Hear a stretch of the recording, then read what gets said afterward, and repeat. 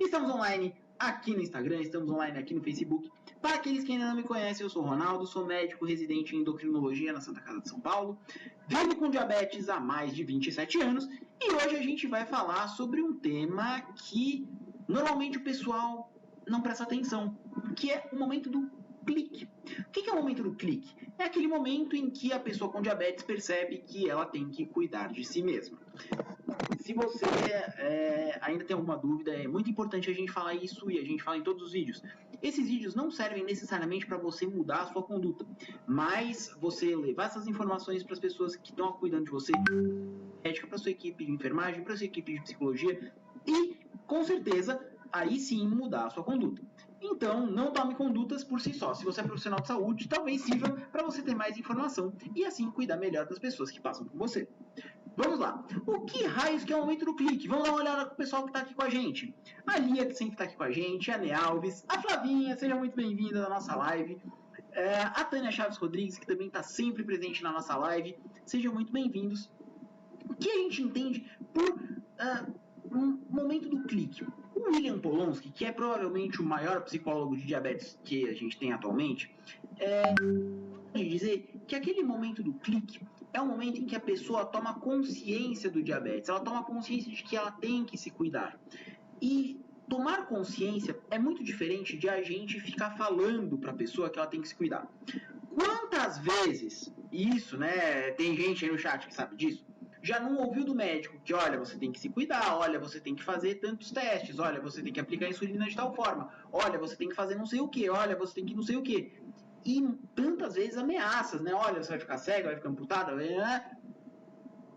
Se isso sempre funcionasse, será que a média da glicada no Brasil não seria menor do que 9, que é a média que a gente tem? Provavelmente. Então, as pessoas ouvem aquilo que a gente está falando, que elas têm que fazer. Mas tomar consciência disso é uma questão bem mais complicada. Normalmente, esse momento do clique, que é o que acontece para a tomada de consciência, não é muito bem certo. Uma das coisas que o Polonsky mesmo falava é que ele tinha medo que esse momento do clique fosse quando as complicações crônicas aparecessem, porque seria um momento tarde demais para que isso acontecesse. Então, para a pessoa se tocar que ela tem que se cuidar, imagina como seria horrível isso só acontecer quando a pessoa descobre que tem alguma neuropatia diabética, quando já soube que tem algum prejuízo de função renal. Seria ruim. E aí, o que ele acabou, né, fazendo um estudo e descobrindo, né, depois de muitas entrevistas, ele como bom psicólogo faz entrevistas, que às vezes as pessoas precisavam de metáforas. E como assim metáfora? Por exemplo, tem, né, um relato dele que mostra que, né, o rapazinho gostava muito de carro e ele falou assim, olha, ele estava discutindo sobre carros, né, ele é americano, né, então estava discutindo se o Mustang era melhor que um carro de câmbio automático e tudo mais, e o clique dele aconteceu.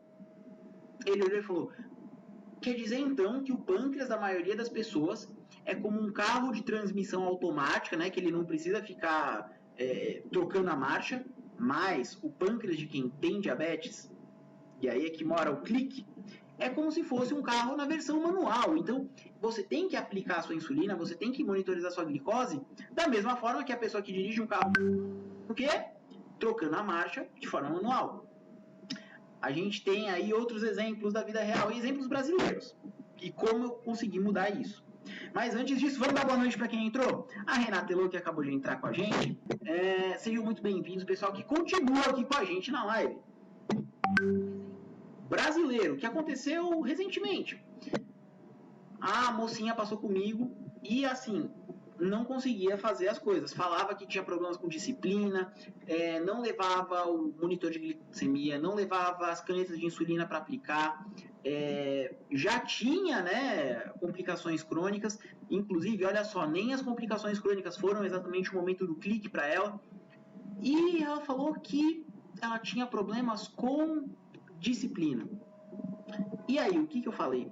O que raio que eu falei para ela? Falei que realmente, num mundo em que todo mundo colocava que ter complicações crônicas, que ter neuropatia, ir parar numa máquina de diálise, seria o padrão, é um padrão bem ruim, vamos combinar, né? Então, o maior ato de rebeldia que ela poderia ter era controlar a própria glicose. Deu 3 meses, ela voltou super melhor controlada, né? Lógico que ela não voltou com glicada menor que 7, porque a gente também tinha a insulina dela. E isso, só ela fazendo a parte dela não ia dar certo. A gente teve que ajeitar a dose. Mas ela já voltou muito melhor, mas muito melhor. E isso foi o momento do clique para ela. O pessoal que está aí no chat, qual foi o momento do clique para vocês? Que vocês perceberam que tinham que cuidar da glicose, seja a sua, seja de quem você cuida, no caso dos seus filhos. O que aconteceu? Normalmente, esse momento do clique acaba sendo um momento bastante pessoal, né? Não tem muito como a gente chutar e falar qual foi. Vamos ver se alguém mandou uma perguntinha. Olha, a gente tem um monte de perguntas, tá? Então, vamos ter aqui algumas perguntinhas nesse meio tempo. Por ser uma coisa mais pessoal, o que normalmente a gente deve fazer, e isso o profissional de saúde tem que ter em mente, é a empatia. Você não vai conseguir estimular um momento do clique, não é a sua, Flávia! Né? Então, a gente tem que ter muita empatia. A partir do momento que a gente tem empatia, a gente consegue cuidar melhor, né? A gente como profissional de saúde, porque a gente entende a dor do outro e ao entender a dor do outro, a gente consegue traçar um plano que se encaixa na vida do outro. Porque de nada adianta, imaginem só, eu, medicão, né? Toda vez que eu falo medicão, vocês já sabem que é um médico que, né, não está muito ligado. Então eu, medicão, falo para a pessoa, olha, mas você tem que aplicar exatamente 4 unidades nesse horário e junto você tem que aplicar mais 10 essa aqui. Só que a pessoa de quem eu estou cuidando é semi-analfabeta. Ela não vai conseguir. Muitas vezes ela não sabe nem enxergar o número que está na seringa. Então, entender o contexto faz toda a diferença. Perguntar para a pessoa como ela está lidando com o processo de desenvolvimento do diabetes dela faz toda a diferença, porque às vezes tem gente que odeia ser chamado de diabético porque para eles aquilo foi a pior coisa que aconteceu na vida. Então, receber esse rótulo é terrível para eles. Então, tem que ter essa delicadeza de tomar cuidado de como você chama a pessoa. E tem gente que tem orgulho de dizer eu sou diabético, né? Entendeu? Entender esse contexto faz todo sentido. Eu, por exemplo, se você me chamar de diabético, a gente acaba com a amizade. Mas tem gente que gosta, né? E entender isso faz sentido. Olha só, a Liamar aqui no Instagram, tem gente que mandou no Facebook também, mas aqui a Liamar mandou pra gente que a hemoglobina glicada sempre foi mais de 8, depois que ela desenvolveu retinopatia diabética, hoje está 5. Né? A Flávia contou que a história dela talvez tenha sido bem parecida. O momento do clique dela foi bem parecido com esse que eu contei, mas não foi esse. O Vitor aqui no Instagram, no Facebook, perdão, Vitor, falou que o momento do clique dele foi quando as próximas começaram a quebrar por conta do diabetes, ou seja, quando outras pessoas tiveram complicações crônicas por conta do diabetes, né? Vamos dar uma olhadinha nas nossas perguntas, enquanto vocês contam aí como foi o momento do clique de vocês? Queria saber a diferença da glicemia dada pelo Libre e pela ponta de dedo. Vamos por partes. O Libre não mede glicemia. Por que o Libre não mede glicemia? Porque o Libre está inserido numa outra substância, que é o líquido intersticial. Esse interstício, né, como a gente costuma chamar, está mostrando uma aguinha que fica banhando as células. Ela é rica em glicose e tem uma correlação muito próxima com a glicemia, né, que é a glicose no sangue. Então, eles têm sim diferenças. Por quê? Porque não são a mesma coisa. Isso serve para o Libre, serve para o Enlight, que é o sensor da Medtronic, serve para o Dexcom, serve para todos os outros sensores. Tá? Essa glicemia, via de regra, tende a ser em torno de 20%. Né? Quanto mais alta é a glicose, mais alta tende a ser a diferença. tá bom? Normalmente a gente tem um atraso também da glicose intersticial e da glicemia. A glicemia tem um valor X, para ter esse valor X, glicose intersticial, você tem uma diferença aí em torno de 15 minutos. E por isso é tão complicado você aplicar, a insulina, depois que você tem uma tendência de subida no Libre. Por quê? Você tem o atraso do Libre, o atraso da alimentação, o atraso da insulina começando. Só nessa brincadeira já foram 45 minutos de um ponto a outro. Então, essas são as principais diferenças que a gente tem da glicose intersticial no Libre e a glicemia capilar na ponta de dedo. Beleza? Vamos dar para o pessoal que acabou de entrar. Para a Lívia Rafaeli, para o João Coelho, para a Vi Silvério, para o Albino Nobre Vieira, que sempre está com a gente, com a Maís Marília, e para a Renata Elô, que estão sempre aqui com a gente. Então, sejam muito bem-vindas à nossa live. As nossas próximas perguntas. Tenho diabetes tipo 1 há 24 anos, porém ainda tenho peptídeo C bem baixo, mas ainda tenho. Por quê? Boa pergunta. A gente sabe que tem gente que tem peptídeo C ainda residual depois de muito tempo de diagnóstico. A gente não sabe exatamente o motivo, a gente sabe que o peptídeo C presente ajuda no manejo da glicemia, então, via de regra, essas pessoas vão ter um controle mais fácil do diabetes, né? Não precisa tanto esforço, e é um fator de proteção para complicações crônicas. Então, o peptídeo C acaba protegendo das complicações. Isso é muito legal, especialmente porque aí essas pessoas acabam tendo menos com o tempo, acaba ficando mais fácil. Então, a gente não sabe ainda ao certo, mas é muito bom ter peptídeo C. E a gente sabe que ele tende a se prolongar, esse tempo com o peptídeo C tende a ser mais longo, conforme o cuidado do diabetes ao longo do tempo, né? Então, quem tem diabetes mais compensadinho tende a ter um peptídeo C ainda presente, e com cetoacidose ao diagnóstico. Quem teve cetoacidose ao diagnosticar o diabetes tipo 1 tende a ter menos peptídeo C. Então, é um fator não muito bom. Beleza? Seja bem-vindo aí o Dr. Igor Psico. É isso? O Drigo Cisco. Cara, eu sempre erro o seu nome, então seja muito bem-vindo à nossa live e desculpa pelo erro. A Nutri disse também entrou, então dessa vez a Nutri só vai dizer no nosso chat, por favor, contribua com a nossa live. Seja muito bem-vinda. E eu tenho um gato mordendo a minha mão. Vamos responder a pergunta que veio aqui pelo nosso Facebook do Victor. Quais as diferenças entre a Lantus e a Tresiba? A Lantus colabora no ganho do peso por conta do IGF-1? Vamos por partes. Diferenças entre Lantus, que é a insulina glardina, e a Tresiba, que é a insulina degludeca. As duas são análogos ultralentos de insulina, tá bom?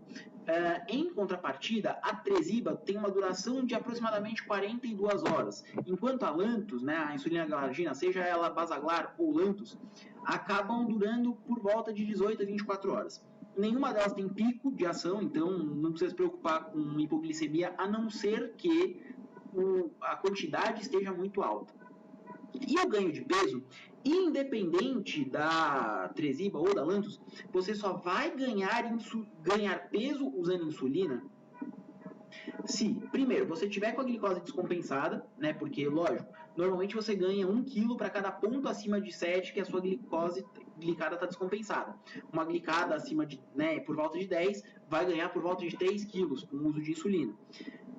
E também, se você não toda insulina vai ativar o IGF-1 e o IGF-2, que são receptores de fator de crescimento similar à insulina, que é o fator ativado do GH.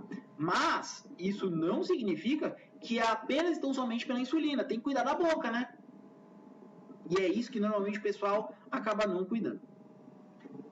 Seja bem-vindo aí a Bi Cruz, que acabou de entrar, a Lari Pedrucci, que também é Nutri, e a Stephanie Rinaldi, que estava comigo há uns 20 minutos, só uns 15 minutos em consulta. Seja muito bem-vindo. Hoje a gente está falando do momento do clique, o Gui Silva também, seja muito bem-vindo.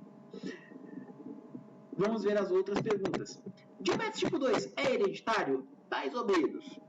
O que acontece no diabetes tipo 2? A gente tem realmente um componente genético, que é mais ou menos 50% do caso. Porém, para que esse componente genético se manifeste para a pessoa, a gente precisa de influência do ambiente. E essa influência do ambiente vem de onde? Da falta de exercício físico, vem da alimentação não muito saudável, rica em produtos ultraprocessados, obesidade, né? Então, não é só a questão da genética, mas ela tem uma influência muito grande. Seja bem-vindo, Gebereta. Vamos ver quem mais mandou. Qual é o número ideal de glicemia? Depende. Todas as minhas perguntas parece que respondem que depende, né? Mas o pior é que depende mesmo. A gente tem um valor em jejum para a maioria das pessoas que é ideal de 70 a 130. E após comer, 2 horas após comer, entre 70 e 180. Isso para quem já tem diabetes. Para quem não tem diabetes, a gente espera que seja sempre menor ou igual a 99 em jejum e antes, 2 horas depois de comer, menor ou igual a 140, tá bom?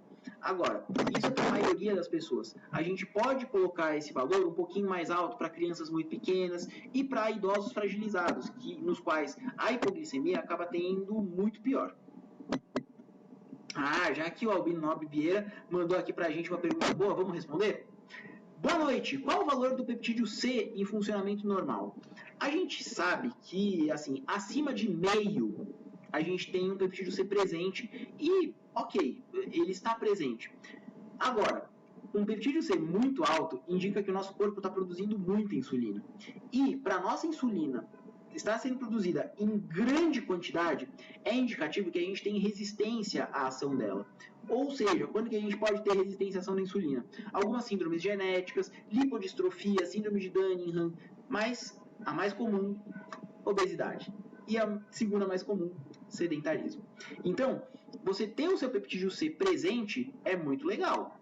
Agora, ter o seu peptídeo C alto, sinal de resistência insulínica, não necessariamente é uma coisa boa, beleza? Bem-vinda, Nicole! Tudo bem? Tenho que mandar gente pra vocês, gente que quer colocar bomba de insulina.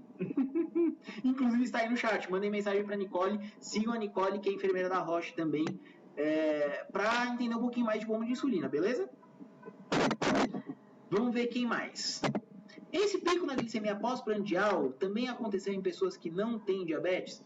Acontece. Mesmo quem não tem diabetes, quando come, acaba tendo um aumento da glicose. Só que tem um pâncreas que funciona muito melhor do que a nossa mão, né? Pelo menos do que a minha mão, mesmo com bomba de insulina. E esse pico acaba não passando de 140. Se passar de 140, a gente pode ter ou resistência à ação da insulina, né? Que vai ficar entre 140 e... Se passou de 180, a gente tem aí um diabetes que só está passando despercebido. Então, mesmo quem não tem diabetes, comeu, a glicemia aumenta. E é por isso que volta e meia a gente tem um monte de mãe pâncreas aí nos grupos falando: eu fiz o teste no meu outro filho depois de comer e deu 120, estou super preocupada. Grande coisa, tá depois de comer, a glicemia capilar, não dá certo. Vamos ver outras perguntas que mandaram.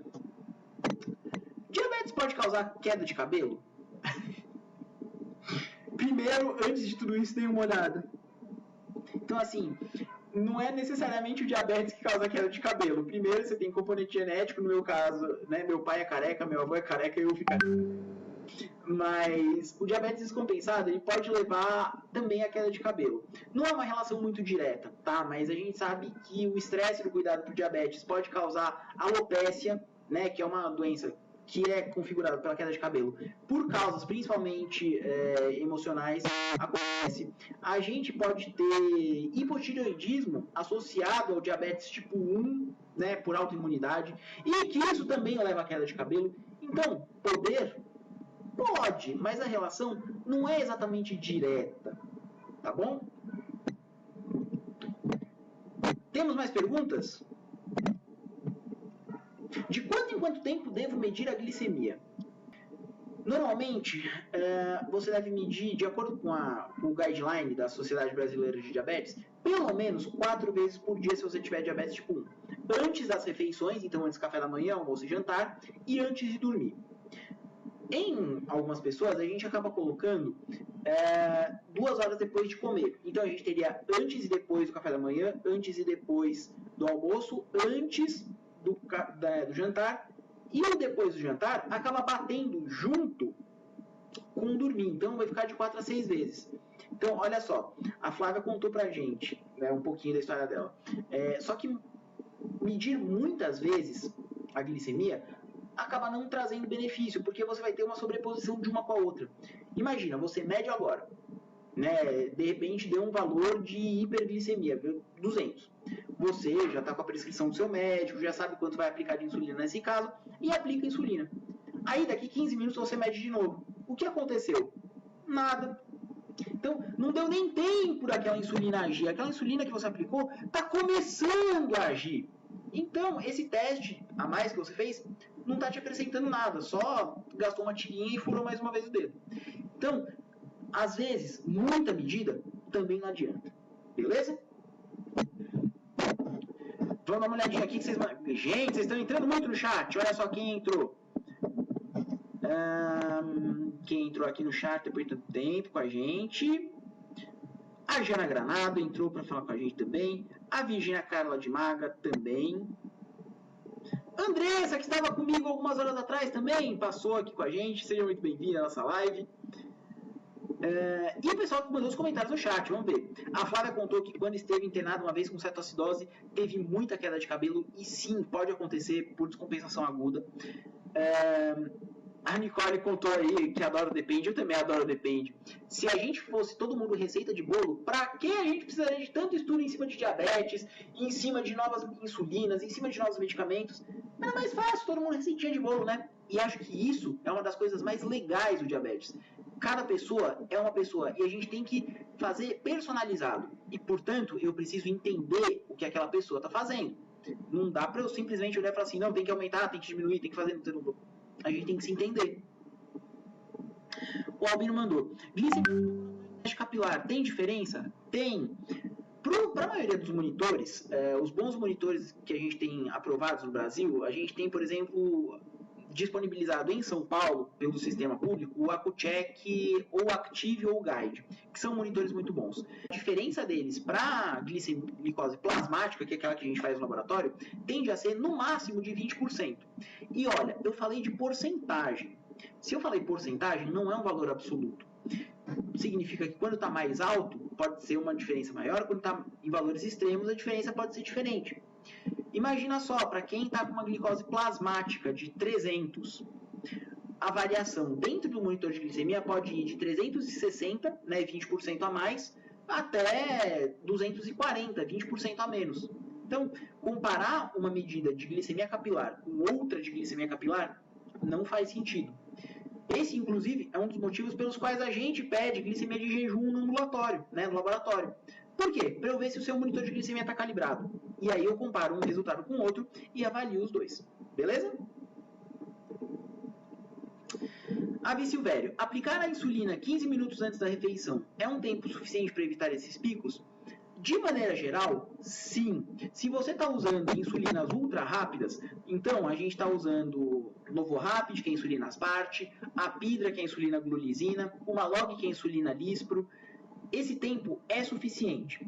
Se você está usando insulina regular, esse tempo ainda não é suficiente. A gente precisa meia hora antes do horário da refeição, tá? Porque a insulina regular demora um tempinho a mais para agir. E também, se você está usando a Fiasp, que é a insulina ultra rápida, que é a insulina Asparte também, mas com um pouquinho de vitamina B12 para fazer com que ela acelere mais, 15 minutos é tempo até além do que o suficiente, porque a indicação da Fiasp é 5 minutos antes de comer, ou na hora que você sentar para comer, ou até imediatamente após. Então, ela é muito mais rápida. Beleza? Seja bem-vindo, Danilo Brasil e a Mamãe Insulina, para nossa live. A gente tem, acho que, tempo para mais umas 2 perguntinhas. Exato. Sempre depende, Nicole. Olha, essa é uma pergunta muito boa. Como avaliar e diferenciar diabetes tipo 1, LADA e DM2 em adulto jovem? Primeiramente, a gente tem que entender o que isso vai mudar na nossa conduta. Muitas vezes, essa pessoa, mesmo sendo uma pessoa com DM2, que vem com uma glicada acima de 10, em hiperglicemia, abriu o quadro com cetoacidose, ela vai ter que começar o uso de insulina logo no começo. Especialmente por glicotoxicidade na função de célula beta. Porém, a gente avalia a diferença pensando nos anticorpos. A gente sabe que diabetes tipo 1 e diabetes LADA são diabetes autoimunes. Então, a gente tem que avaliar a presença de anticorpos. Quais anticorpos a gente pode avaliar na nossa prática clínica? Principalmente GAD, né, o anticorpo anti-GAD. A gente pode olhar o anticorpo anti-insulina. A gente pode olhar o anticorpo anti-ilhota e pode olhar o anticorpo anti-tirosina fosfatase, que é o anti-IA2. Esses 4 são os que a gente mais vai ter na prática clínica. Existem outros anticorpos, tá? A gente tem o anticorpo antitransportador de zinco, anti-tetraespanina 7, que a gente dificilmente consegue dosar na prática clínica, porque são caros e são raros. Tendo anticorpo positivo, a gente já entra ou para o diabetes tipo 1 ou para o diabetes LADA. Tendo anticorpos negativos, a gente direciona mais para diabetes tipo 2. Ah, mas e aí para eu diferenciar entre diabetes tipo 1 e diabetes LADA? Na prática, a gente nem precisa diferenciar isso. Porque o que vai diferenciar um do outro é a velocidade da evolução para a necessidade de insulina. Tanto que tem muita gente que simplesmente fala que não existe diabetes LADA, é tudo diabetes tipo 1. Há controvérsia, cabe o debate. Eu, particularmente, gosto da definição de LADA. Tá? E a gente tem um pouquinho aí de dificuldade até de diferenciar na prática. Agora, outras coisas da própria história clínica vão ajudar a gente a observar um diabetes tipo 2. Por exemplo, histórico familiar, a gente pode olhar se a pessoa tem obesidade, por exemplo, a gente pode observar se tem algum indício de resistência insulínica, né? Acantose nigricante, aquelas manchas mais escuras em pescoço, axila, virilha. Vamos dar uma olhadinha, o que mais pode ser? Presença de outras comorbidades, então outras doenças autoimunes, por exemplo, lúpus, vitiligo, podem indicar, mesmo que a pessoa tenha obesidade, que seja um diabetes tipo 1, que é autoimune. Então, lembrar da autoimunidade é a principal chave para a gente diferenciar os dois, mas nem sempre isso é o suficiente, beleza? Ufa, hoje eu tô falando demais, gente, que delícia de live, credo, que delícia. O Danilo descobriu agora que tem diabetes tipo 1, como compensar? Vamos por partes. Primeiramente, calma. Tá? Parece um bicho de 7 cabeças, mas se você cuidar direitinho, eu posso dizer que você vai ter uma vida, inclusive, muito mais saudável do que a dos seus amigos que não têm diabetes. Segundo, vamos entender o que é o diabetes tipo 1. Tá? Diabetes é uma condição crônica, ela vai acompanhar a gente por muito, muito tempo, até o momento não tem cura, mas tem tratamento. E o tratamento faz com que você fique, inclusive, mais saudável, né? Reduz a chance de complicações, reduz ganho de peso se você estiver fazendo tudo direitinho. Dá certo. O tripé do tratamento de diabetes tipo 1, para a gente resumir e fechar essa questão, é você ter o nosso tripé de medicação, alimentação saudável e exercício físico. Com esses 3 bem adequados, você não vai ter problemas. E aí vai ser, né, muito da sua motivação e também da sua equipe de saúde te ajudarem na parte do tratamento. Beleza? Qualquer coisa, segue a gente eu sempre estou disponível para qualquer coisa que você precisar. Tamo junto. Vamos ver, tem mais alguma perguntinha aqui do chat, gente? Do chat? DM2 fazendo dieta cetogênica, insulina basal em 2, não seria resistência insulínica? Não sei. Para a gente calcular a resistência insulínica, existe um cálculo chamado ROMA-IR. Só um segundo, gente. E o ROMA-IR, olhem só a bisnaga. A bisnaga tá gorda, ela certamente tem resistência insulínica, né? Dá oi, bisnaga. A resistência insulínica é um cálculo que a gente faz baseado na quantidade de insulina e no valor da glicose naquele momento. Porque é um produto.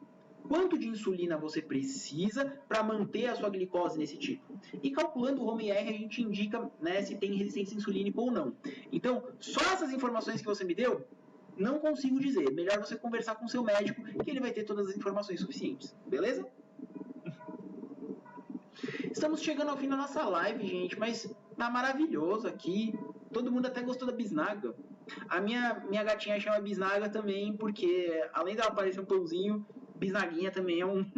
pessoal da Nutri pode reclamar, né? Bisnaga não é a melhor escolha de um pãozinho para carboidrato. Mas ela é linda e ela é rechonchuda igual uma bisnaguinha.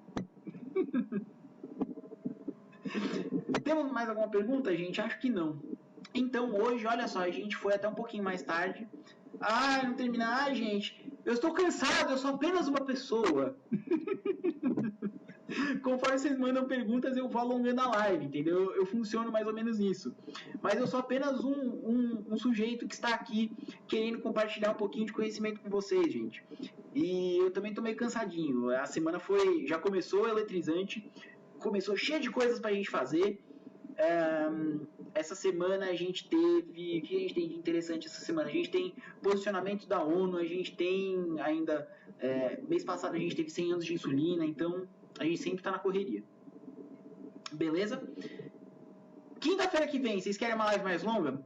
Manda as perguntas aí pra gente, porque aí, tendo mais perguntas, eu vou ficar mais tempo com vocês, falando com vocês, respondendo o que vocês tiverem de dúvida, comentando coisas interessantes. E, desta vez, por hoje, a gente vai ficando por aqui. Então, um beijo no coração de vocês e a gente vai se falando. Até lá. Tchau, tchau.